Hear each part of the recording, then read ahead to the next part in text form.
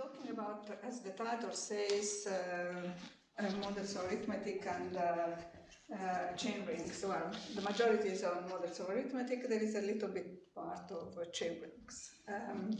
This is, some people may have heard me already.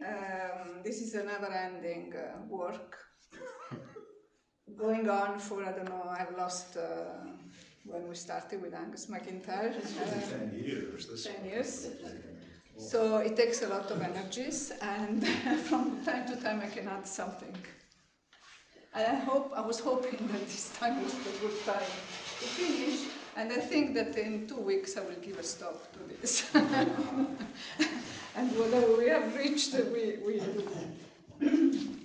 But it has given some other ideas on different topics that I will say maybe at the end, towards the end. So I work Peano Arithmetic.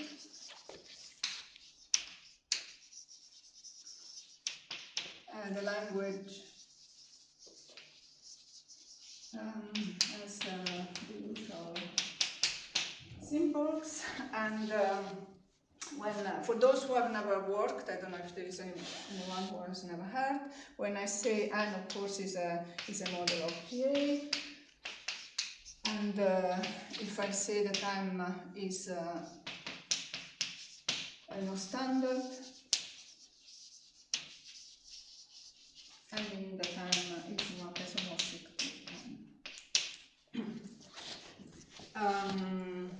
An example, I will not make any distinction between, of course, this is the positive part of a discretely ordered ring, and I will always make no distinction between the positive part and the whole ring. I will denote it as always as n. One easy, basic example is a non-principal ultrapolluted of the non-principal.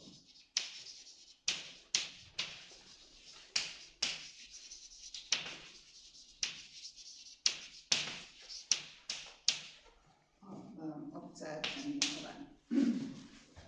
And what we focus our attention is on, if we take m, model of PA, no standard or no standard, and we take P, and we take an n here, want to understand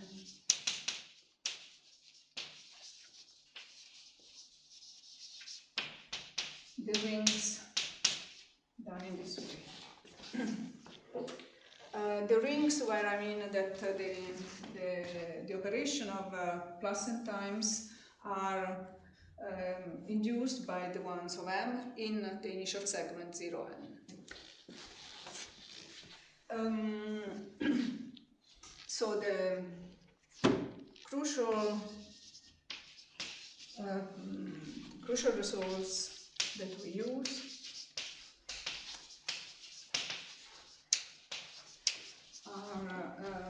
are due to us, and in particular to the pseudo-finite fields.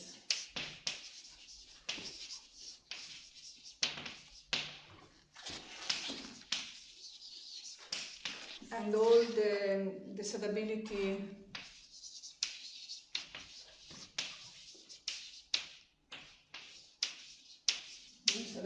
results connected with this.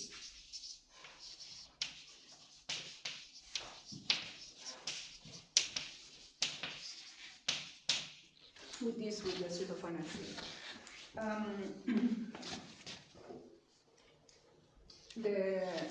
The analysis of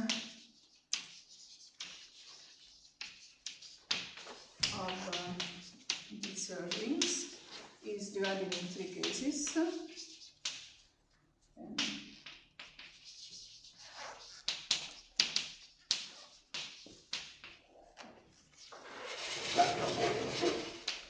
Case 1, where n is p, a prime, and here I want to recall, first of all, that in n prime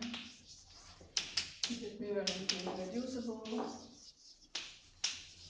is equivalent to the ideal generated by P is maximum.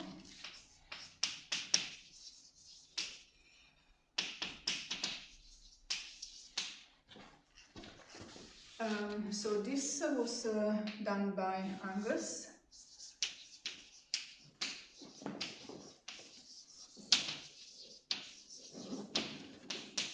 This way.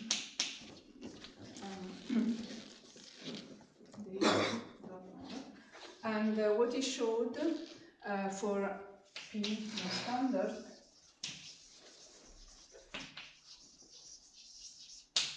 he showed that this is a field and this is a pseudo-finite field.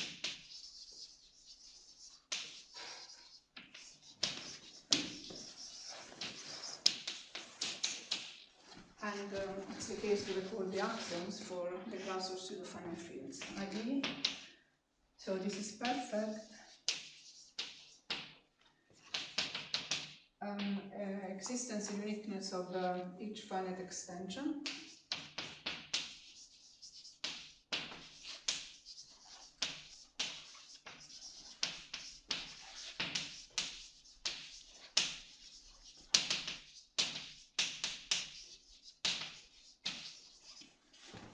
And this is what Axe calls quasi-finite.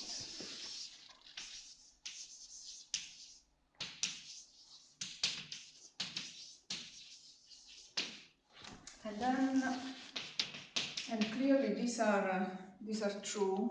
1 and 2 are true in all finite fields.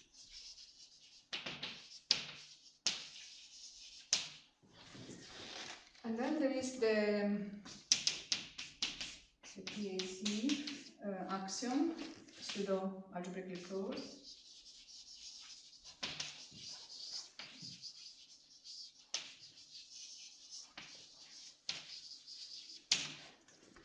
Which says that every absolutely irreducible variety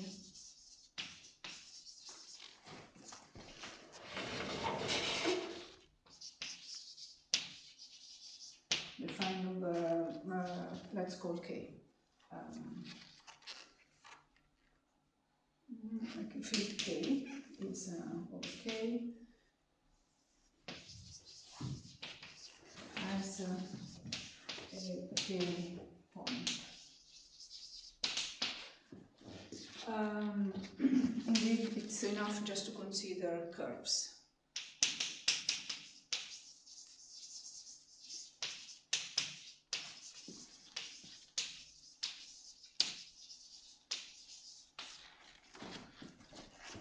So this is based on Bale's result, and this is not true in all finite fields, as it is stated. But if you fix the genus of the curve, then you have that from a certain point on, from finite fields of cardinality big enough, this is true. So this is true in an ultra product of finite fields. Non-principal ultra product.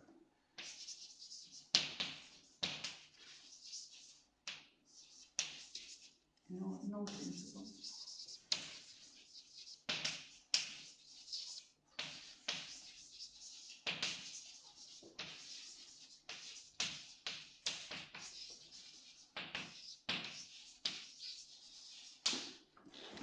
There is a way you can always construct curves which don't satisfy, which don't have a point in a fixed finite field. So when we take a P a non-standard prime, it's not easy, absolutely not easily, that this property 1, 2, and 3 are true in the field M over P. One and two are hard as well. I don't 1 know. and 2 are also, it seems to... Yes, 1 and 2 are first order, and So- these are so true those- also in. So those follow immediately then. 1 and 2, is that right? 1 and 2 perfect and the existence of uniqueness. Yeah. These are true in all. These are first order expressible. So they're automatic. Yeah. Yeah, but 3 is harder. Is that right? Or what? I thought you were saying that that something was hard here. This is hard. 3. Yeah. Okay. Okay. Yeah. That's hard. 3 uses the Riemann hypothesis for curves. Yeah. Yeah, this is the hard part. Okay. The others is tricky. I mean, also this one you can express, but it's not easy to express in a first order language. So once you have that way, is it also hard? Or is it just once you have the Weil conjectures? Well, you then have to play with, you have to get the numbers right. I mean, Bolbieri gives some estimates in an elementary proof, and these fit right into this. Otherwise, it's hard going.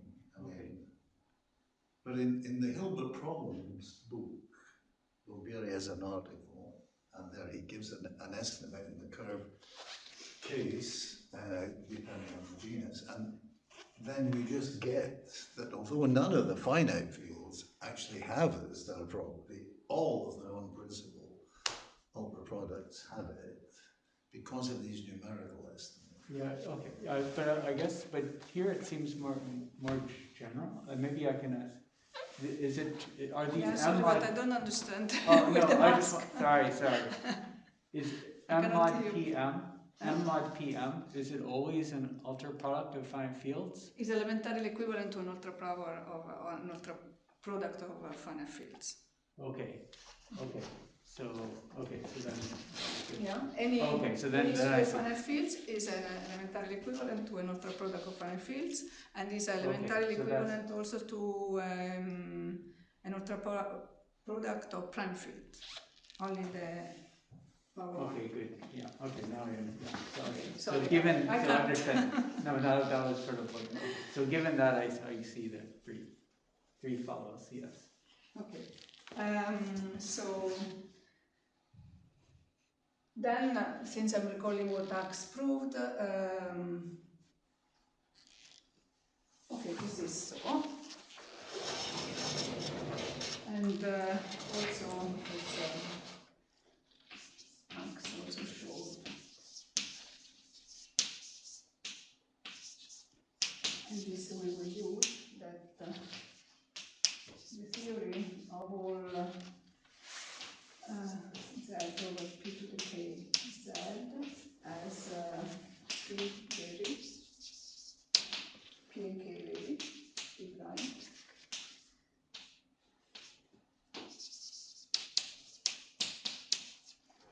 This is decidable.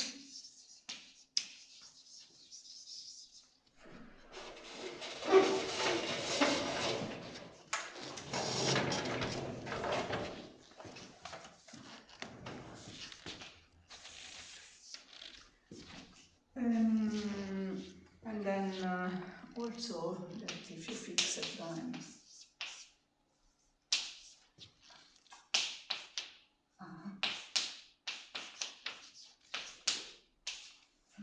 for fixed prime,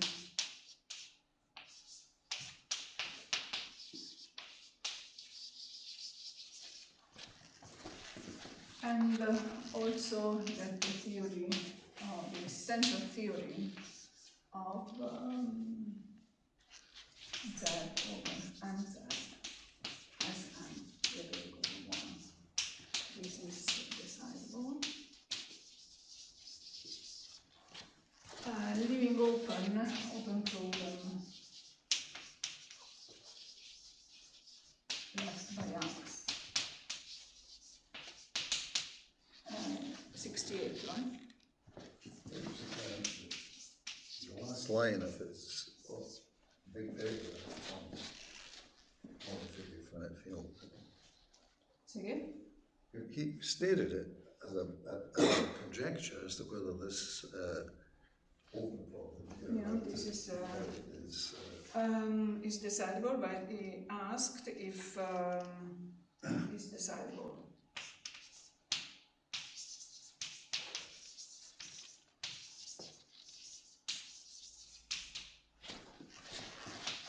And then So you mean the full theory of Z mod MZ? the theory Axe was not interested in non-standard models of PA. Standard was interested in judging Z.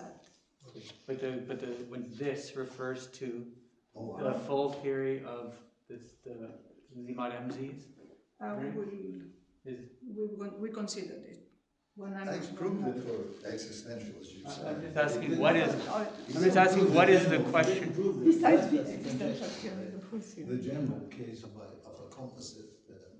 No, I'm just asking what the question is. Is Well, this? If you What is don't have this? the open, Okay. the open problem is Okay.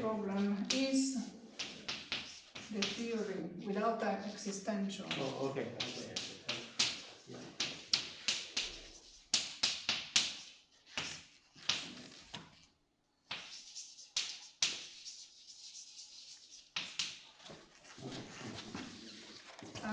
The answer is yes. This was a result, is a result direction. And we can try where they use the decidability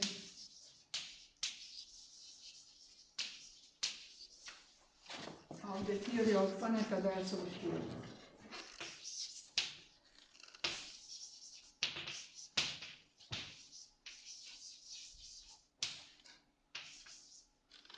And so the finite adversarials are, this is the product of the QP, the S, the F belonging to the product of the QP plus R, such that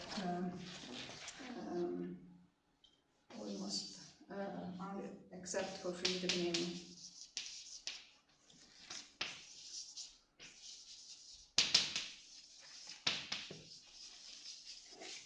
T FP belongs to ZP.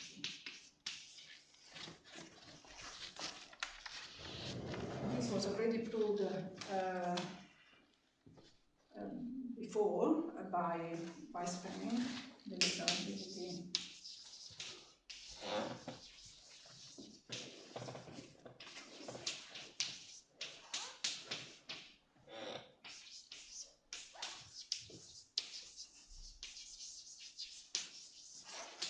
Here I make mistakes with this spelling. A number of S, a number of F, a number of N. But they was already proved, but I mean, Anders and Jamshid applied this, their result. They used McIntyre and Direction used the definability, the uniform definability of ZP in QP by an existential formula.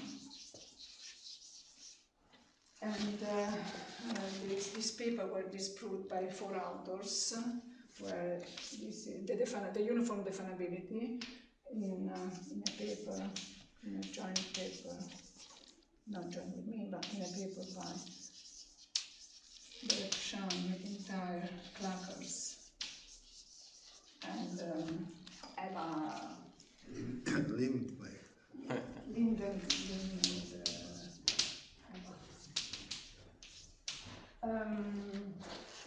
where they showed also that there cannot be a uniform existential definition of ZP inside QP. Yeah?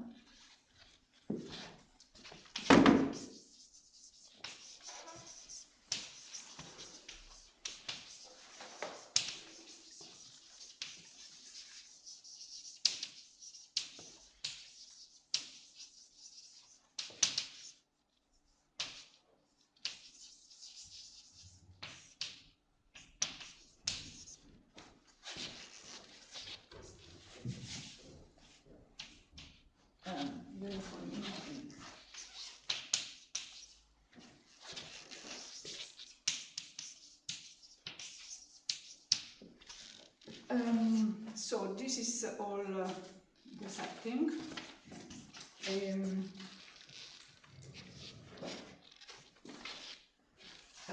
Now I continue to, so this is all done for P. So the second case, case 2, which is the long paper, is when n is equal to p to the k, so it's where p is prime.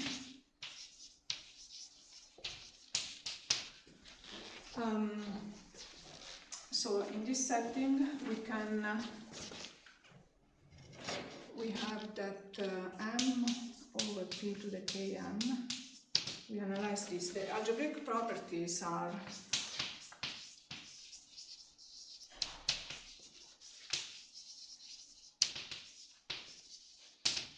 this is an Henselian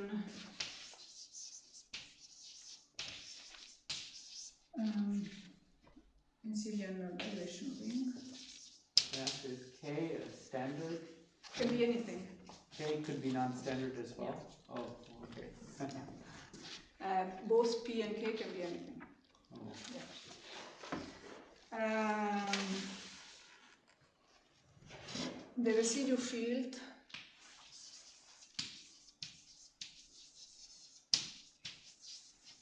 is either Fp if P is standard,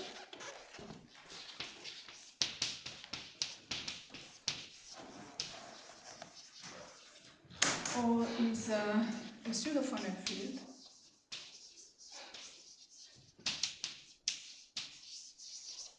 if P is not standard. Can I ask what Of is, course, in this case, it's a zero characteristic. so what does Henselian valuation mean for this?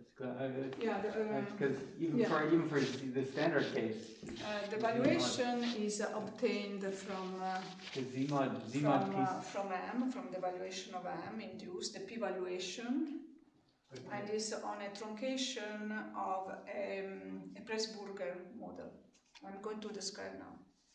So, but I think I usually think of the, I mean, the p-adic integers have the Henselian valuation, but not Z-mod p squared Z. Well, it needs a proof to do it.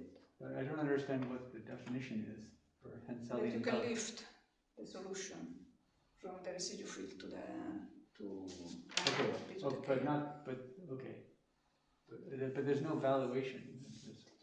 There is where we define this.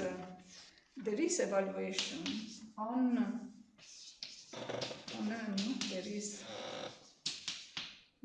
the p-adic valuation.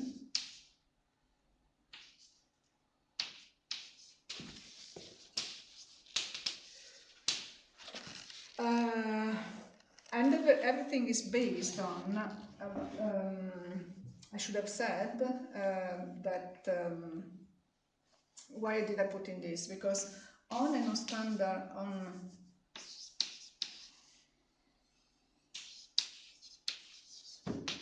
a non-standard model of PA, we can define an exponentiation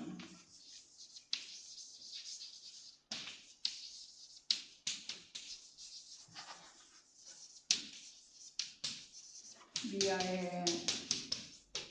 a formula which has a certain complexity, and this exponentiation uniquely gives a meaning to what is x to the y is equal to z.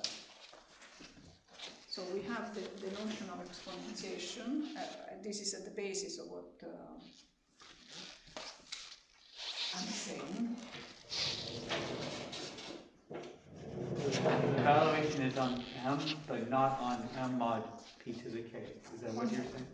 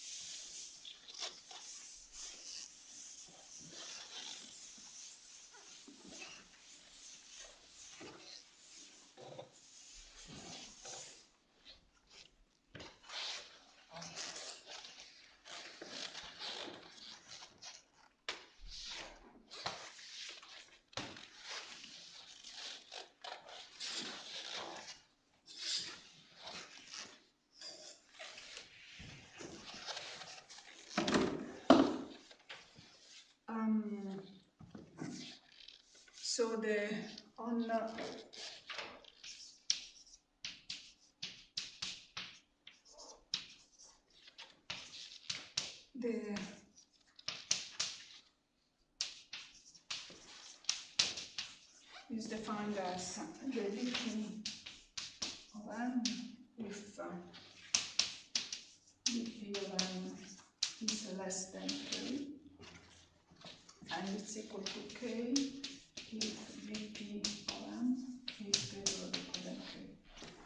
So the values of all elements of M over K to the Km give on an initial segment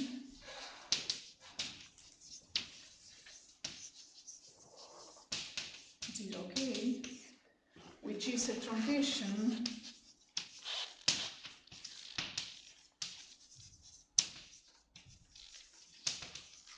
of a Pressburger model or Z model.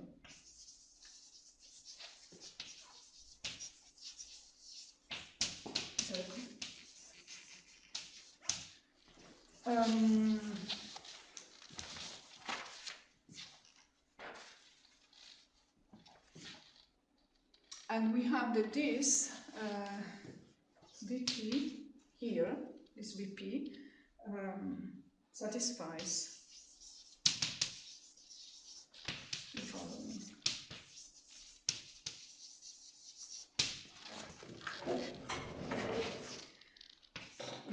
Now I call, without taking care of, I call this an X, VP of X plus 1 is greater or equal. What do we want? The minimum of the VPX, VPY. The VP of X times Y is equal to the minimum of between K and Vx plus Vk. So it cuts everything over K if it goes too much. And Vp of 1 is 0 and V0 is K. Can you explain the Pressburger model? I mean, does K belong to the M, or does K belong to a different? K belongs is this Pressburger model the same as M?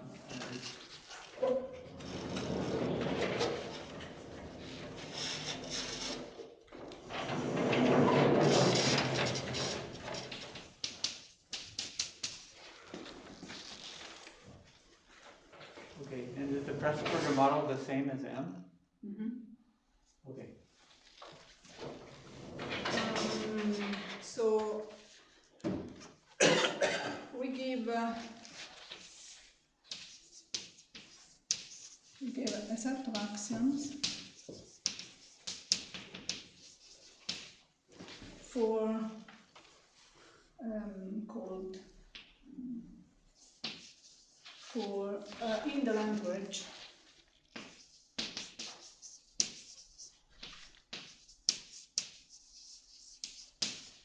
containing plus 0 order, a last element, and an operation difference which is defined through the axioms for truncated, what we call TOAG. It is truncated truncation of order diagonal.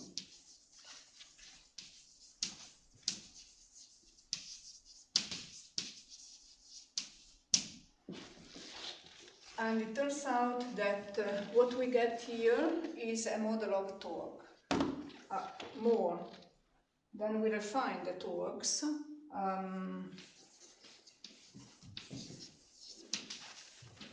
The notion of TOAG, because here we don't say anything about the nature of the order. We refine the notion of TOAG to Pressburger torque in mind, trying to describe what it comes out of this construction. Maybe I can delete this.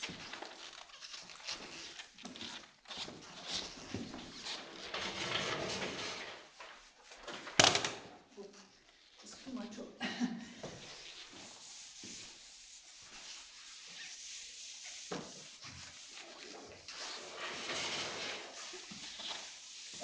And this is in a joint work with direction, because they use also the same notions in when they work with adepts.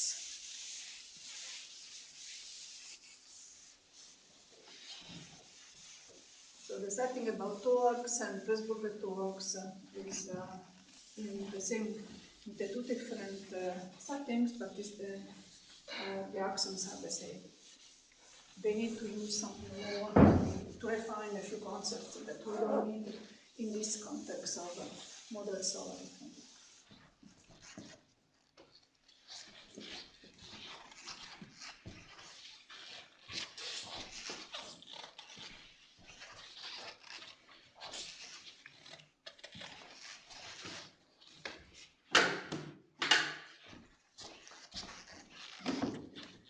And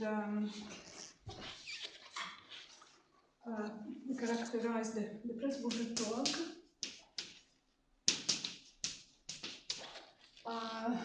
are discretely ordered.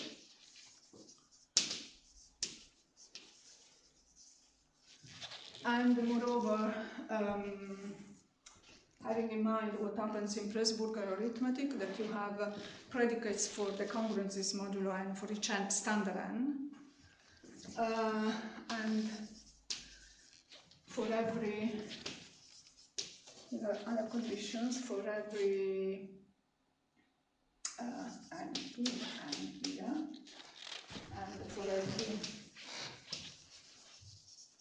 x and y in torque, in a torque, in a model of torque, yeah, we can say that there exists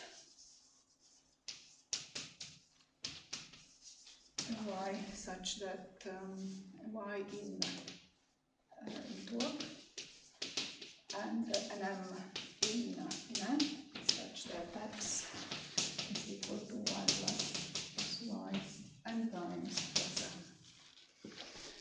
m. This is an if and only if. So a torque is a Pressburger torque if and only if the order is discrete and it satisfies this further condition.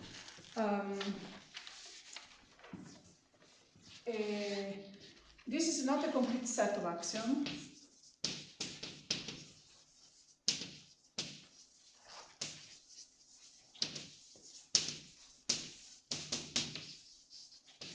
You need to specify.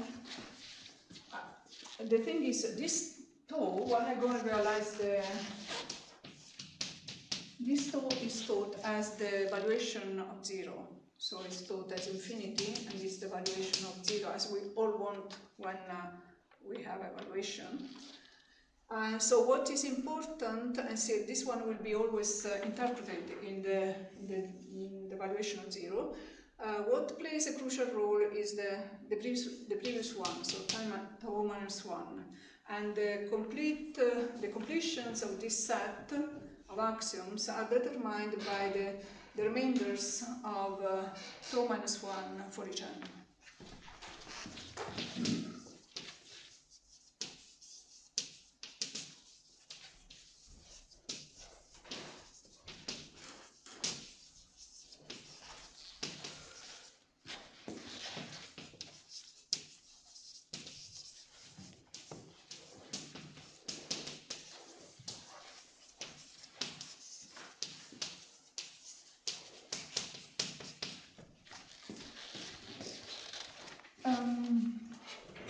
We showed also that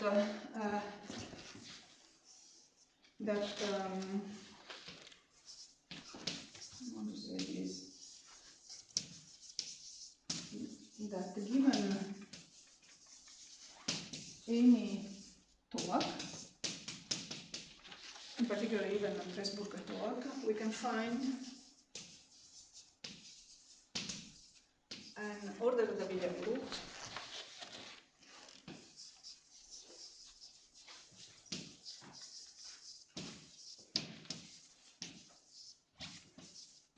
G and identify one element and a G in G such that the tog we started is a truncation.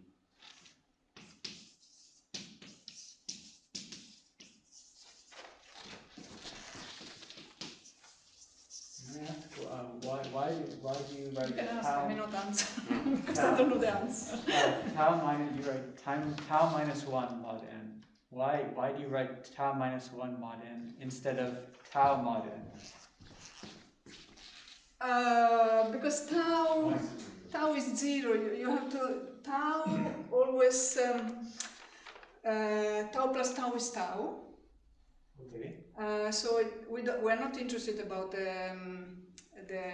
let's say the arithmetic of tau. Think about what happens here in this context.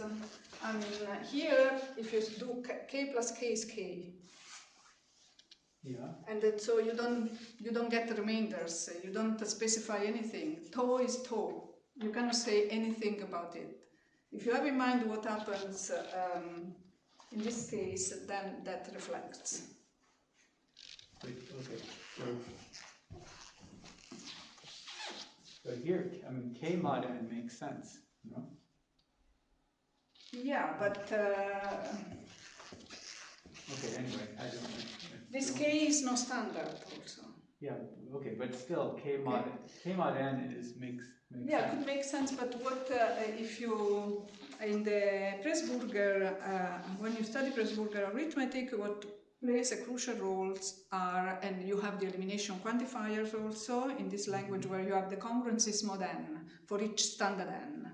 So you want to know how this behaves, the penultimate element, because the last one doesn't say too much. You send the 0 there, and then you sum up itself. It's always itself. It squeezes everything. So you want to know what happens to the previous one to identify. Okay. What am I writing? We started with. Maybe we started.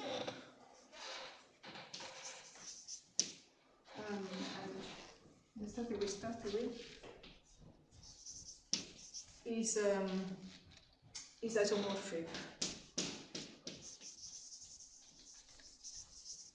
to the torque to 0G. We give a construction, a basic. I'm not going to say anything about it, but the referee of the paper suggested also it's not a unique construction. This one, we just made it like this is the natural numbers crossing the other. This is our Presburger torque we started with. I denote in this way because it's convenient to see it in this way. We do the product, we induce some operation of a group, and we can construct on this an abelian order abelian group whose initial segment is determined a point at the G, whose initial segment is isomorphic to this 0 tau we started with. This is not a unique way to construct an ordered abelian group who has an initial segment isomorphic to a Presburger torque or a torque. There are other methods, and there is a method that I want to just mention that I cannot, Rieger, who studied cyclically ordered groups. And these cyclically ordered groups, you have to think like the order on a circle, on the unit circle. So where the order relation is not given by a binary relation, but it's a ternary relation. You say the mutual relation among three elements. And then you can construct by iteration a model of an ordered abelian group whose which has an initial segment which is isomorphic to the talk we started with.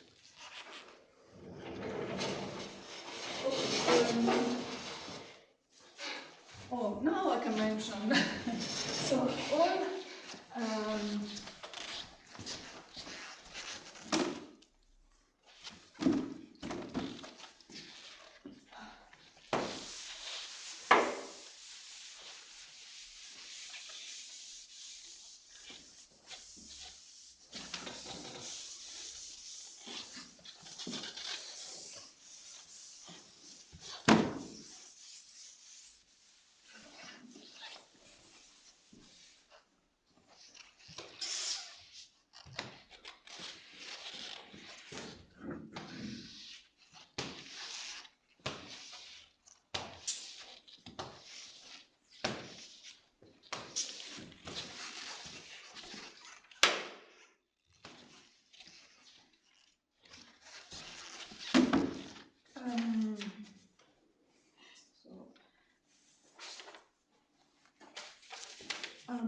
one thing that, going back to our setting,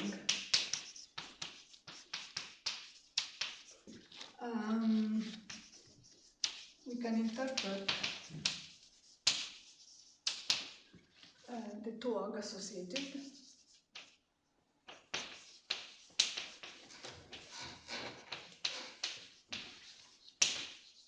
and so we can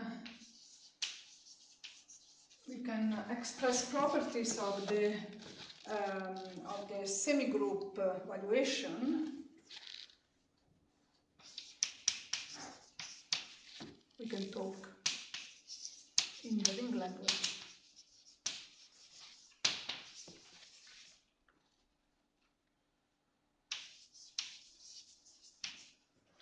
About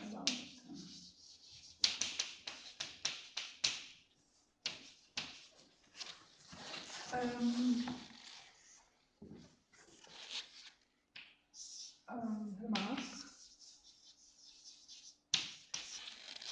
M over P to the Km is a chain ring. Now a chain ring is a commutative unitary ring, always commutative is a commutative unitary ring.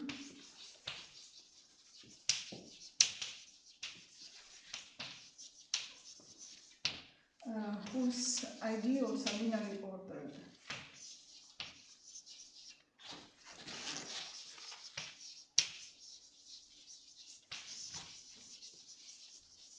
Indeed, it's enough to show this is equivalent to require that the principal ideals are linearly ordered.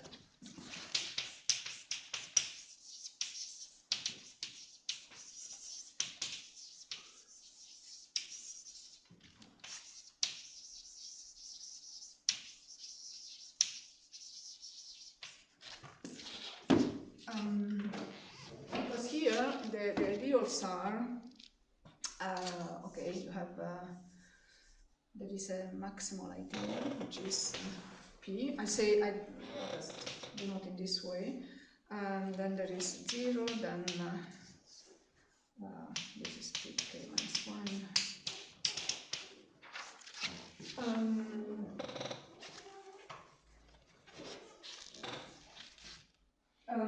So we can, working here, we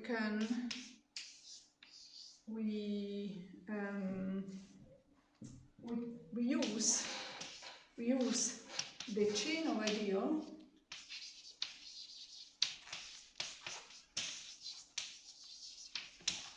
of M over P to the Kn to talk about the valuation.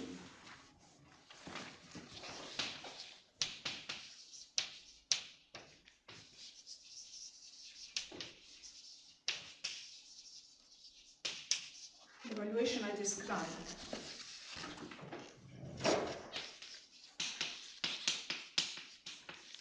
To be more precise, we define a reverse order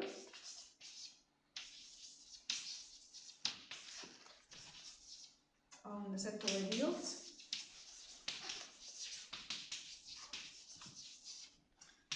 The following also.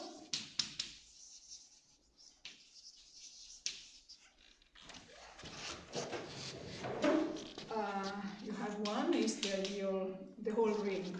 So is this one, the whole ring. And this is, I call in this way because I prefer without the, is the maximum ideal. And this fits to the -1, so this is the penultimate element. And this is 0, which is infinity. And we define a group structure on this, and we get it to work.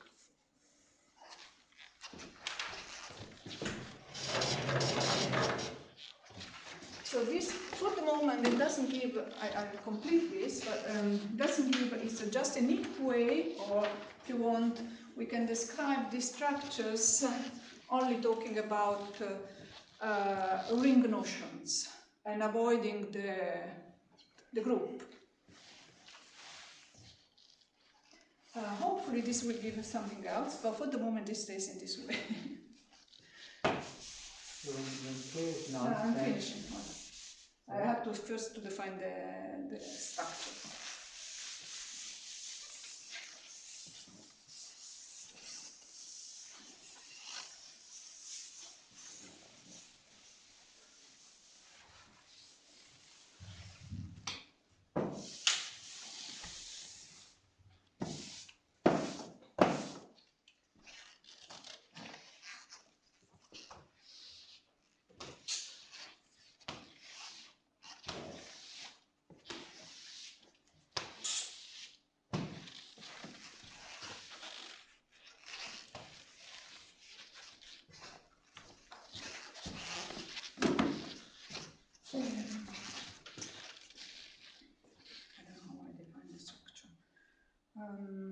Okay, yeah, I'd say, I mean, I call this is in a straightforward way. I mean, I would like to avoid to repeat the powers of P, so let X and Y be ideals in the chain ring. Are you taking also the non-principal ideals or only principal ideal? See again? Only principal ideal? Does this set have only Yeah, this principal? one, this has only principal ideals because, I mean, you have to, it's a power of P here. We at the moment, some of the axiom of torques work for all principal ideals in any chain rings, but we haven't checked all of them. It's 16 axioms about the chain that identify a torque. But here, just to make sure, the definition, the set of, when you say the set of ideals, you mean only the set of principal ideals? In this context, they are all of them. These are the unique ones. Even when K is principal. Oh, even when K is non-standard? But this, this is a ring because of an ideal has to be, an ideal of this is a quotient of an ideal of M which contains P to the K. And so P to the K has to divide, no, I take only the principal, yeah, I take only the principal. Can I just say that Peano did something nice. He was able to handle, I mean, in non-standard models of arithmetic, there are plenty of very wild non-principal. They're not definable. But he still was able to prove clever results by correlating these non-standard ideals with ultra products and turning ideals in one model into principal ones in bigger ones as well. So we did toy with some of this, but we didn't really complete it. But you can do quite a bit for non-principal things too. Okay. But here we're only taking the principal ideal, yeah. even though there might be other ones. No, we take only this. Okay. So okay. We take only this, and we define a talk structure on this set of ideals. So instead of talking about, there is still this talk, but the talks now is a set of ideals done in this way. So maybe this can give something else, but for the moment, I don't know. And but this has given some inputs on studying chain rings per se as structures, because there is a characterization of chain rings that they have. For finite chain rings, these are it's a uniqueness. A finite ring is a chain ring if and only if the near radical is principal, and then there is another condition. The near radical is principal, and this in this local, because these are local rings. For infinite chain rings, you have the same characterization if you are in a context of Artinian rings. And I've started some work with Anna De Mase. Here also we worked in these first 2 weeks, trying to understand, I started already with Anna, trying to understand a bit more of the chain ring structures, but it's a bit too vague, and there are a subclass of chain rings which are called Galois rings, and for this you may say something easier than for a general chain ring. Maybe people are interested, I can say something more. So at the end, all this, I want to, going back to otherwise I don't finish, of this, we can prove that there is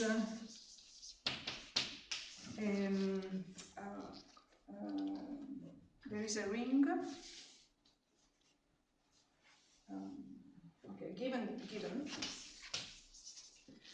there is an Enselian ring R of characteristic 0. This is in case P is no standard.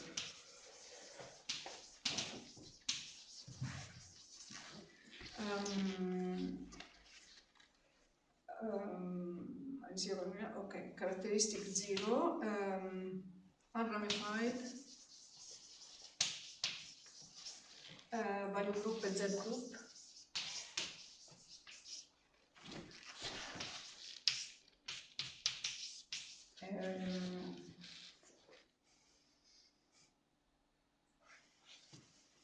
And an ideal.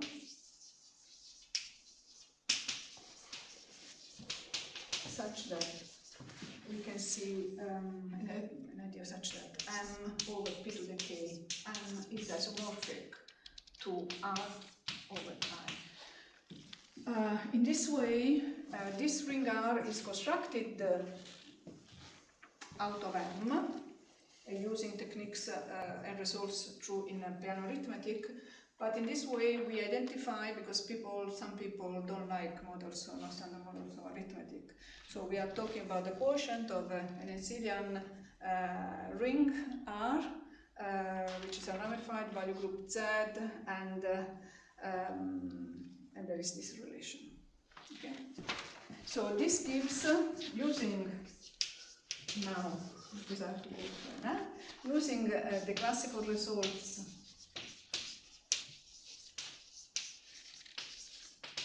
of Ax, Fortune, and Schaff.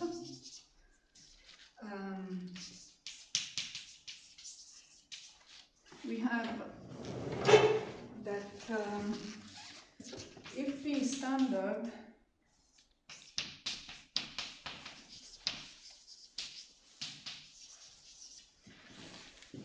we have that M over K P M is isomorphic to S over alpha S, where S is a ring elementarily equivalent to ZP, and alpha is not a unit, of course. And if P is not standard,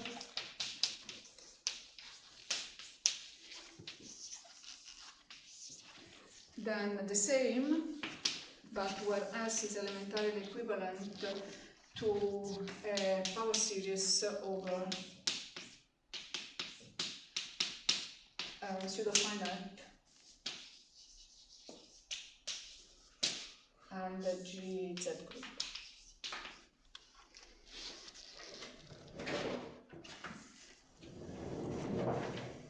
I guess it's interesting to say that S is the residue field, the residue field. Oh yeah, yes, the residue field is the same. So the residue field. No, the residue field would be an ultra product of prime finite fields. Is elementary equivalent to ultra product. Yeah, I mean, you get, this is this bizarre thing that I prove that the ultra products you need in the characteristic zero residue field is R. It's a pseudo-finite field of characteristic zero. No, the finite field, prime field. So you got to vary over all the primes or some subset of them.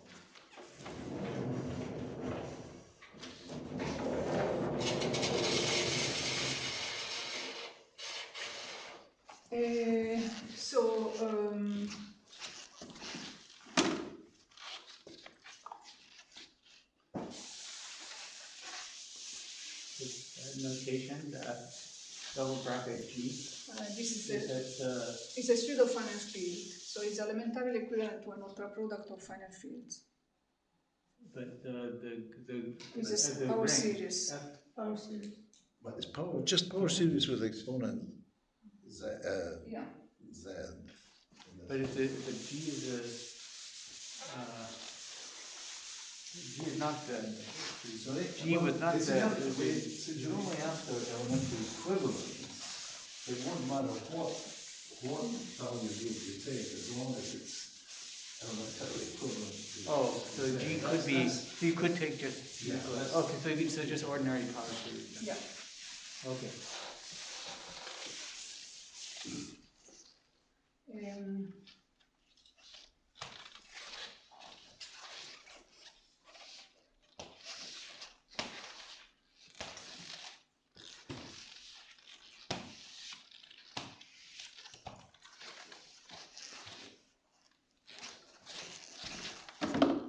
And so from this result, we get also that this M over P to the K is elementarily equivalent to an ultra product of finite structures.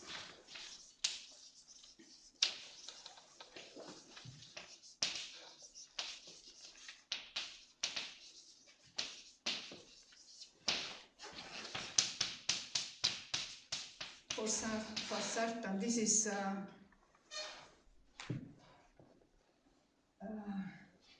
standard or standard. This is an ultra product of the primes of, let me call it another way, Q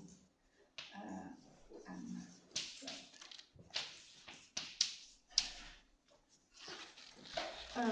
And this makes. Sorry. Huh? The ultra product has to be taken over pairs consisting of over Q and over M. Yes. Over Q and over M. I mean, to get the fully general, you have to get. It's not enough just to take one prime there and power. So no, these. Ultrafilter over the primes and over also M, I guess. I mean, these really an ultrafilter over the set of pairs consisting of a prime and an exponent. Yeah, and so this one is a pseudo-finite structure in the modern sense. In the modern sense, that is elementary equivalent to an ultra product of finite structures, or equivalently that every sentence which is true here is true in a finite structure. The case, and I just conclude the case, the general case, and composite. Composite means more the one prime divisor is much complicated because here essentially we use all Axe and Cauchy and Hausdorff results. This we can say we use to describe this, we use classical result of Pfefferman and Bolt,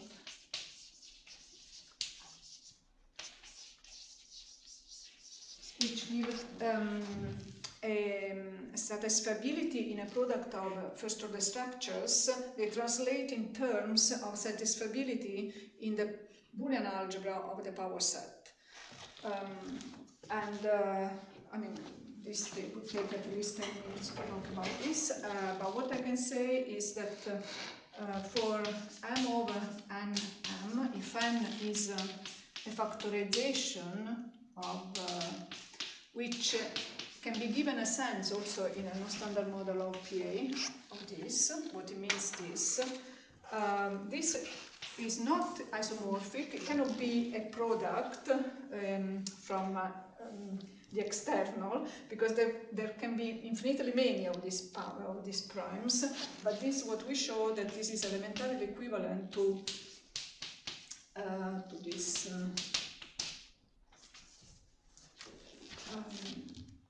quotient that we have described before. And from another result that we have is that as a corollary of this, the mark, which is it doesn't just be accepted, the product, any product, finite or not, the product of pseudo-finite structures is pseudo-finite.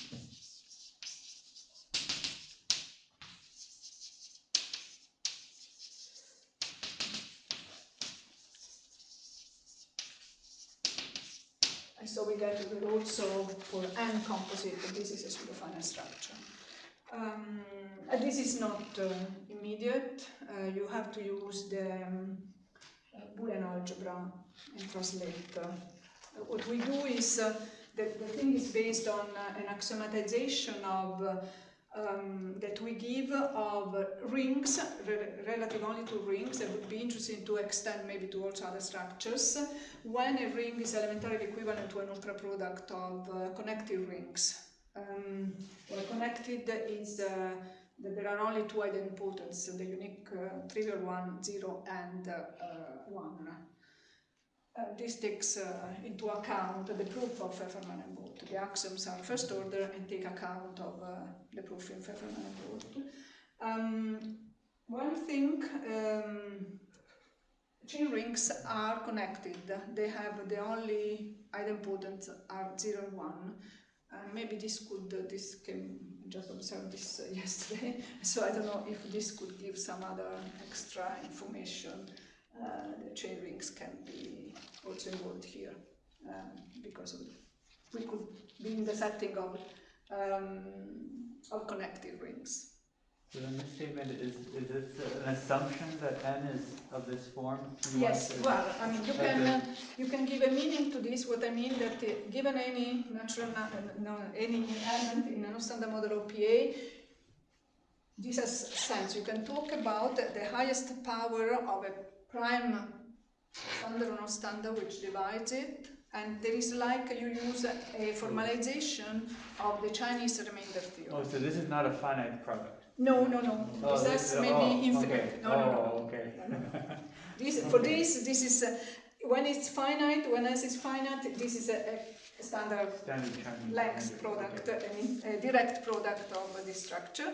But this S may be infinite, and so it does make sense. Okay. What is so this product? product? So that's also an infinite product. Yeah, but. Okay. So we cannot say that it is isomorphic, but we can say that it is elementarily equivalent. Okay, and this only this we can say. Yeah. Well, when it's finite, then I think we have isomorphism. Yeah, I mean, they took Gödel to give a meaning internally to these products, to the factorization of general elements as finite products of powers of primes. But you can then take these things out of the model of arithmetic and just form the abstract set theoretic product of them, and then it's somewhat surprising that these things are elementarily equivalent. I mean, Gödel had to do a hell of a lot of work. Well, he did the basics, but one had to do an awful lot of work to set up this factorization theory internally, and yet you show that something internally is actually elementarily equivalent, not isomorphic, definitely in general, to this perfectly well understood conventional algebraic product. So if I can conclude for the 2 seconds, a big difference now that Angus mentioned Gödel, if you non-standard model of PA, the theory may be not decidable. Instead here, because of this elementary equivalence with the theory of Z over P to the K Z, they are decidable because of Axe, quotient, and Hausdorff. We have that when we consider the residue rings, this is decidable theory as P and K vary and M vary, because you reduce always to the theory of the Z over P to the K Z. Sorry. Thank you.